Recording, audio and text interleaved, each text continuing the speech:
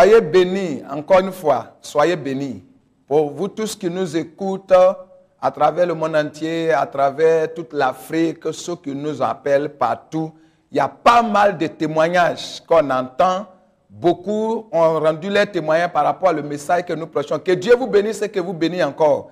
Je demande, Éternel mon Dieu, aussi que le Seigneur bénisse TV, qu'il bénisse la nation Côte d'Ivoire. Aujourd'hui, nous allons aborder encore un autre sujet que j'ai intitulé la déviation. La déviation, tu vois, une voiture sur la piste et qui déraille, la dévier. Souvent, quand il y a les travaux sur la route, vous allez voir qu'on met une flèche et puis on a écrit déviation. Ça veut dire que ce n'est pas la voie normale. Aujourd'hui, je vais vous dire qu'il y a beaucoup de vies qui ne sont pas sur la voie normale que nous allons traiter aujourd'hui. C'est ce qu'il y a intitulé la déviation. Et nous allons prendre notre verset biblique dans le livre d'Ésaïe, chapitre 6, à partir du verset 1, premier jusqu'au verset 6. Je le lis.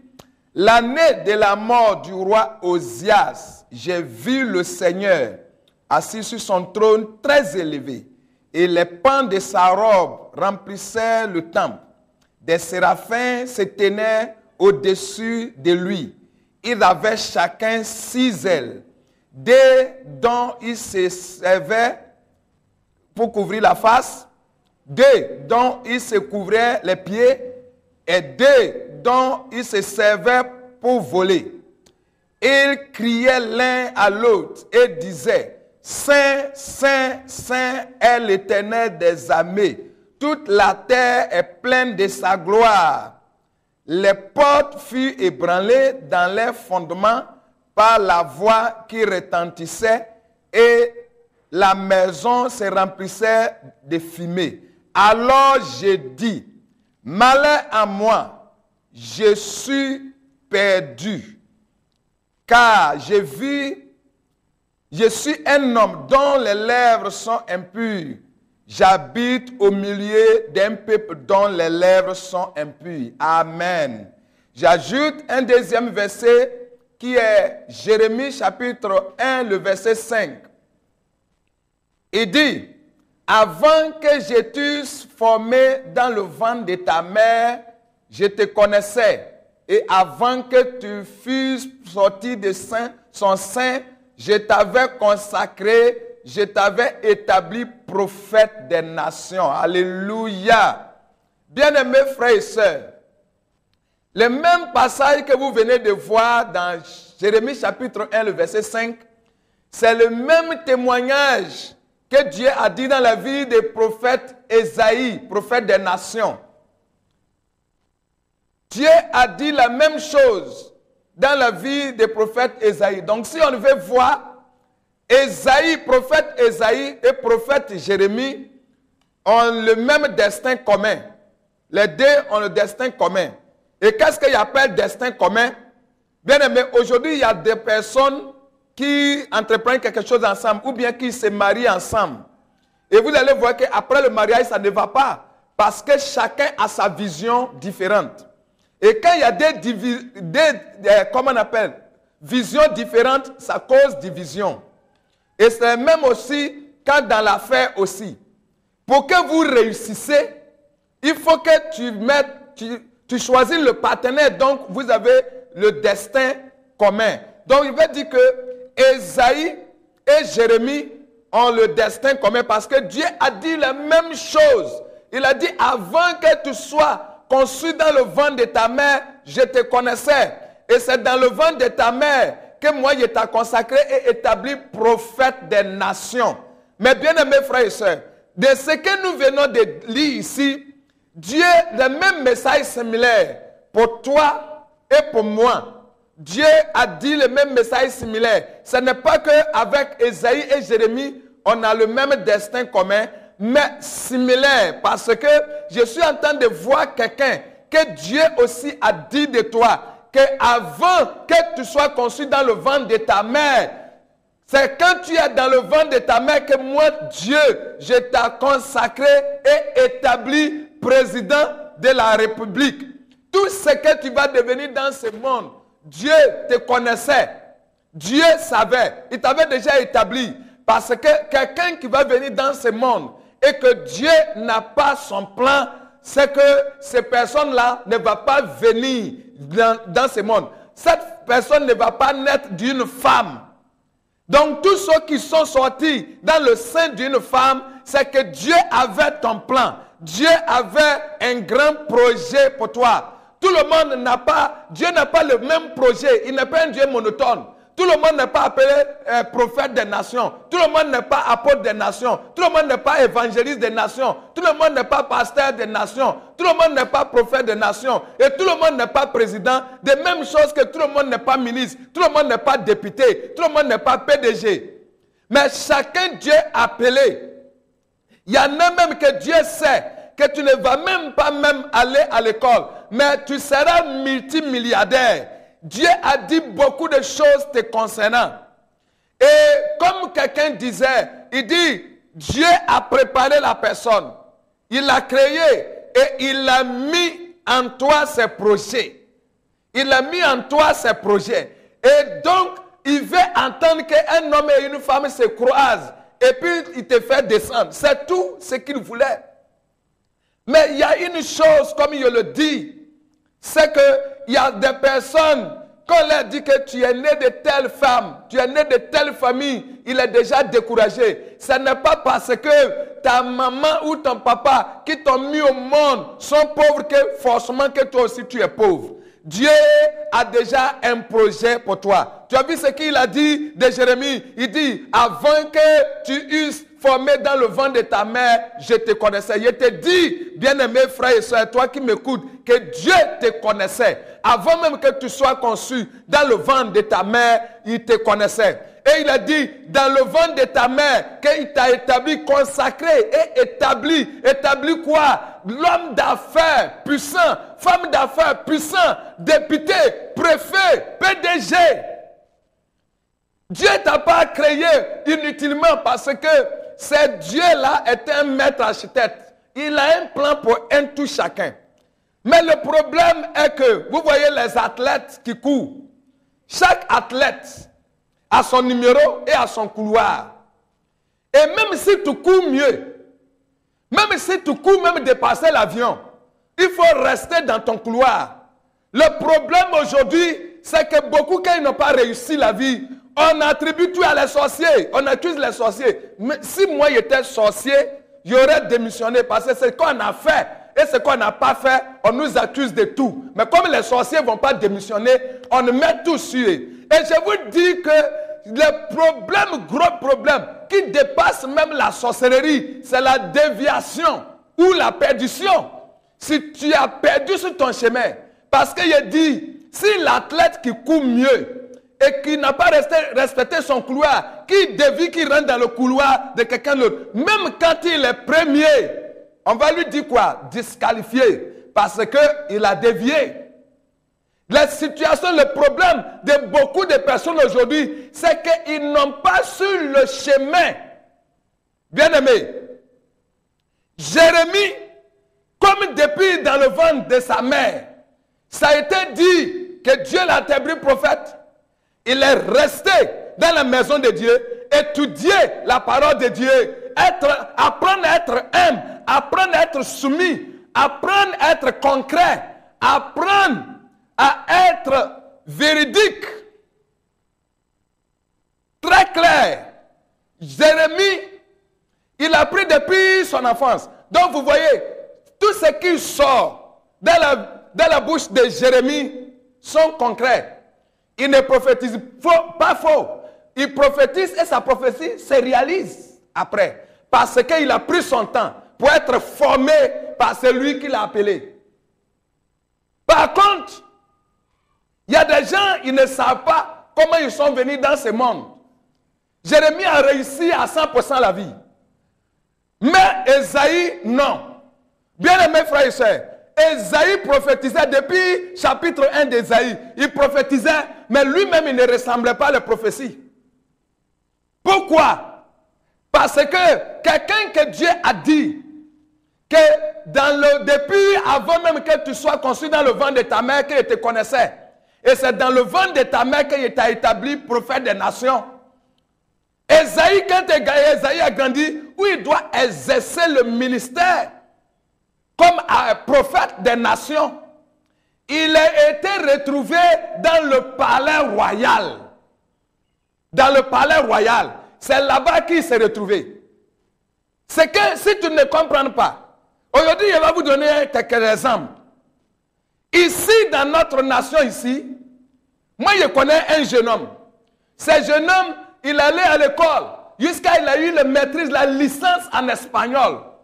Étant professeur, bien-aimés frères et sœurs, à chaque fois qu'il passe au ministère, on lui dit quoi? Que oui, il est payé. Pourtant, il ne voit pas son salaire. On voit vraiment que quelqu'un signe à sa place pour prendre son salaire. Son oncle, qui était un marin, il a tout fait, mais ça n'a pas été rétabli. Donc, qu'est-ce qu'ils ont fait? Par fini, ils l'ont laissé tomber. On lui a dit de passer concours de police. Et regarde, ça n'est pas ce qui est de sa vision. Mais aujourd'hui, il est policier. Pour quelqu'un qui est, comme on appelle, licence en espagnol, professeur en espagnol, il est devenu policier. Vous croyez que ce policier-là va faire quoi de bon? Et il y en a beaucoup fréquents dans cette nation, beaucoup en Afrique aujourd'hui. Dévier le destin, dévier la vie, dévier à la programmation de ce que Dieu a dit d'eux. Ils ne sont pas là où Dieu lui-même a dit. Les mêmes choses comme Esaïe n'étaient pas dans le lieu où Dieu lui-même l'avait programmé. Dévié complètement. Esaïe s'est retrouvé dans le palais royal en tant que porte-parole du roi. Est-ce que dans son destinée, dans l'agenda de Dieu concernant la vie d'Esaïe, est-ce que Dieu a parlé du roi? Il a dit prophète des nations. C'est la même chose que beaucoup ne sont pas appelés serviteurs de Dieu. Beaucoup ne sont pas appelés prophètes, mais il est là. Beaucoup ne sont pas appelés pasteur, mais il est là. Beaucoup ne sont pas appelés évangélistes, mais il est là. Certains n'ont pas appelé ministre, mais il est là. Et quand tu n'as pas appelé ministre, tu ne peux pas bien faire. Alléluia. Alors, Esaïe était complètement perdu. Donc quand vous lisez son passage, dans le chapitre 6 et le verset 5, voilà ce que lui-même il dit, je le lis encore. Il dit, alors, j'ai dit, malheur à moi, je suis perdu. Malheur à moi, je suis perdu. Il allait dans quel champ pour qu'il soit perdu? Il est perdu sur la vie de sa destinée, sur le chemin de sa destinée. Esaïe est perdu. Et il a dit, c'est parce que je vis au milieu d'un peuple dont les lèvres sont impures. Beaucoup sont perdus. Beaucoup. Dans une maison où tu vis que tu n'as pas la paix, ce n'est pas là-bas que Dieu t'a envoyé. Dans un lieu de travail où tu n'as pas la paix, tu n'as pas la joie, ce n'est pas là-bas que Dieu t'a envoyé. Il vit là-bas parce qu'il est serré, il est coincé, qu'il vit là. Dans un lieu, la nourriture que tu manges, que tu n'es pas rassasié, quand tu manges et puis tu pleures, il y a des repas quand tu manges même là. Toi-même, tu as envie de dormir et tu as l'insomnie et tu as la joie. Mais quand tu manges et que toi-même tu pleures, tu as les larmes aux yeux, ce n'est pas là que Dieu t'a destiné. Aujourd'hui, il y a beaucoup qui sont dans les foyers et le foyer est devenu enfer pour eux. Ce n'est pas là que Dieu t'a appelé. Alléluia.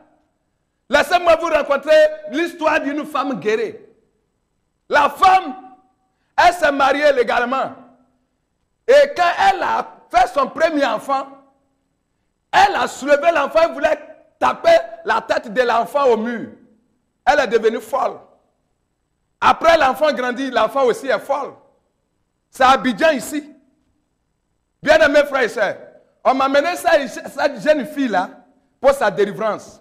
Et il a découvert dans cette jeune fille que ça provient de sa mère. Et quand on a amené sa mère aussi qui est folle, il a trouvé que ça vient de son père. Et qu'est-ce qui se passe? Le père va se confesser. Pendant qu'il devait épouser cette femme-là, il y avait des hommes de différentes catégories, riches, beaux, et je me retrouvais inférieur.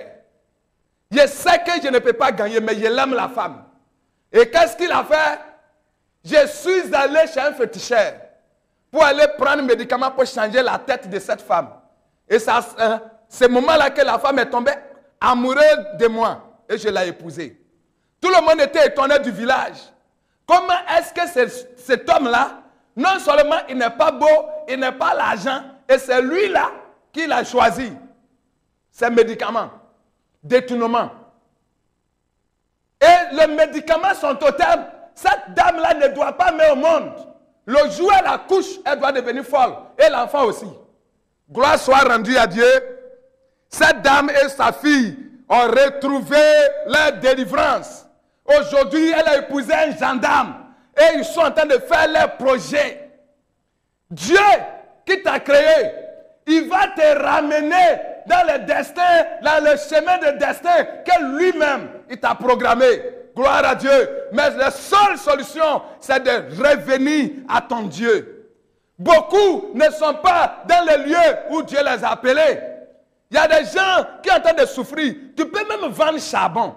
Mais si c'est là que Dieu t'a destiné, tu vas retrouver la joie dans le charbon que tu vends. Alléluia. Mais là où tu te trouves et que tu es contrainte d'être là, ce n'est pas Dieu qui t'a amené là. C'est un détournement. Et je dis qu'il y a 6 causes de la déviation. Première cause, la désobéissance à la parole de Dieu. La désobéissance à la parole de Dieu. L'homme, tu es créé par Dieu.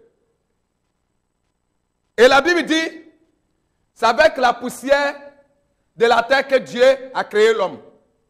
Et quand il t'a créé, il a soufflé en nous le souffle de vie. Donc il y a une partie de toi qui est le corps qui vient de la terre. Et ce qui est de la terre nourrit de la terre. Et il y a une partie de toi qui est ton âme qui vient d'en haut, qui vient directement de Dieu. Et celle-là ne se nourrit pas de ce qui est la terre. Il se nourrit de ce qui vient d'en haut, qui est la parole de Dieu, comme Jésus a dit. L'homme ne vivra pas seulement que le pain, mais toute parole qui sortira de ma bouche. Pour ne pas que tu sois perdu, il faut que tu sois nourri de la parole d'en haut. L'âme doit être rassasiée, comme tu aimes toujours rassasier ton corps. Tu manges tous les repas, tu bois tout, tu utilises tous les pommades, tous les produits de la terre. Ça, c'est le corps. Mais l'âme se nourrit de la parole de Dieu. Et lorsque l'âme n'est pas nourrie, il est éteint. Et quand il est éteint, il se perd. Comme une voiture qui roule la nuit. S'il n'a pas allumé ses phares, il peut rentrer en brousse. Donc tu dois nourrir de la parole de Dieu. Lorsque tu désobéis à la parole de Dieu, sache que tu vas à la perdition. Tu vas dévier la route de ta destinée. Et tu vas te perdre. Deuxième raison, c'est la sorcellerie. Bien-aimé, dans certaines familles, la sorcellerie fait que quand tu vas te marier, on détourne carrément. Beaucoup se sont retrouvés dans l'endroit où ils n'aiment pas. C'est la sorcellerie. Mais comment est-ce que les sorciers peuvent t'avoir jusqu'à ce niveau? C'est parce que tu as désobéi à la parole de Dieu. Et quand tu as désobéi, l'ennemi peut faire ce qu'il veut de toi. Les sorciers ont fait beaucoup de travail. L'homme à qui tu dois épouser n'est pas à sa place. C'est celui que tu n'as jamais aimé, qui te boxe matin, midi et soir. C'est celui que les sorciers t'ont donné. Le travail que tu dois faire, que Dieu t'a destiné, les sorciers ont détourné. Et troisième raison, c'est la mauvaise compagnie. La Bible dit que la mauvaise compagnie corrompt les bonnes mœurs. Bien-aimés, et laissez-moi vous faire une révélation. Ozias est un sorcier. Ozias est un sorcier. Le roi Ozias est un sorcier. Donc la mauvaise compagnie est le troisième parti. Qui s'assemble se ressemble. Montre-moi ton ami et je te dirai ton avenir. À qui tu marches? À qui tu appelles Marie? À qui tu appelles mon ami? Est-ce que c'est un sorcier? Est-ce que c'est un franc-maçon? Est-ce que c'est un agent du diable? La mauvaise compagnie fait le détournement de l'homme. Quatrième, manque de connaissances. Manque de connaissances. Il y a un homme de Dieu américain qu'on appelle T.D. Jakes. Il est le plus grand église en Amérique latine. C'est une Amérique noire. Aux États-Unis plutôt. Mais cet homme, T.D. Jakes, ses amis se moquaient de lui. Parce qu'il va de l'école à l'école. Étudier. Il a fait 19 ans à l'école. Pendant que les autres, en train de créer les églises, les ministères, lui, il est encore à l'école. 19 ans. On dit, mais 19 ans là, tu vas devenir quoi après?